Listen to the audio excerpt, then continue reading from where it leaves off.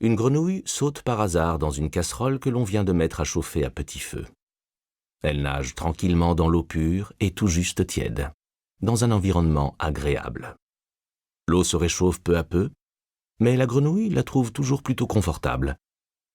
Le feu augmente et l'eau devient nettement chaude, un peu plus que notre amphibien ne le voudrait.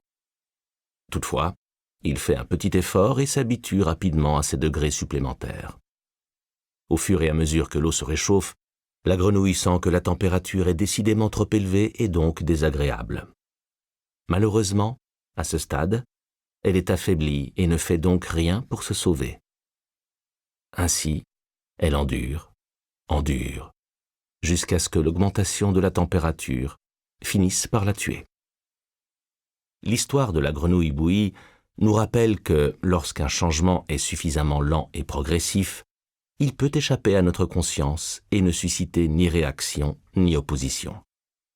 Ce qui est paradoxal, c'est que si la grenouille avait plongé dans la casserole lorsque l'eau était déjà arrivée à ébullition, elle aurait immédiatement bondi à l'extérieur ou, du moins, aurait essayé.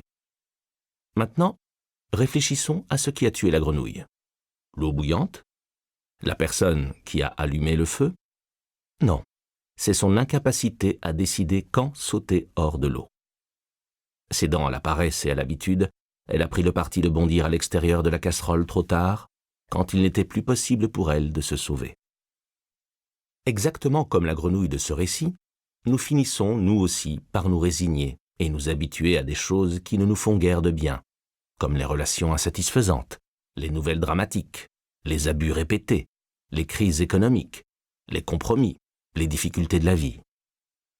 Au début, on essaye peut-être de se rebeller, on proteste et on s'agite, mais on finit souvent par céder à l'habitude. Je n'entends pas dire par là que s'habituer ou s'adapter est toujours le mauvais choix. J'entends montrer qu'il existe une alternative au fait de permettre aux autres ou à la vie de nous bouleverser émotionnellement, physiquement, spirituellement et psychologiquement. Cette alternative demande un certain effort de notre part, une action qui n'est probablement ni spontanée ni immédiate, mais qui, sur le long terme, est utile pour préserver notre bien-être. Au début, sortir de la casserole demande un effort et peut même vous déplaire parce que, tout compte fait, la tiédeur n'y est pas si désagréable.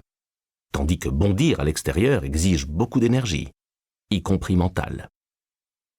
L'histoire de la grenouille nous apprend que parfois, sans nous en rendre compte, nous restons progressivement coincés précisément dans ce qui nous fait du mal.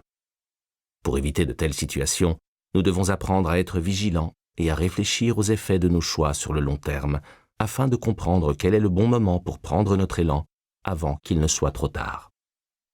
Ce livre parle d'habitude. Comment abandonner celles qui, sans que nous nous en rendions compte, nous font bouillir à petit feu? Mais surtout, comment adopter celles qui nous aident peu à peu à améliorer notre vie, en favorisant notre bien-être et l'accomplissement de nos objectifs?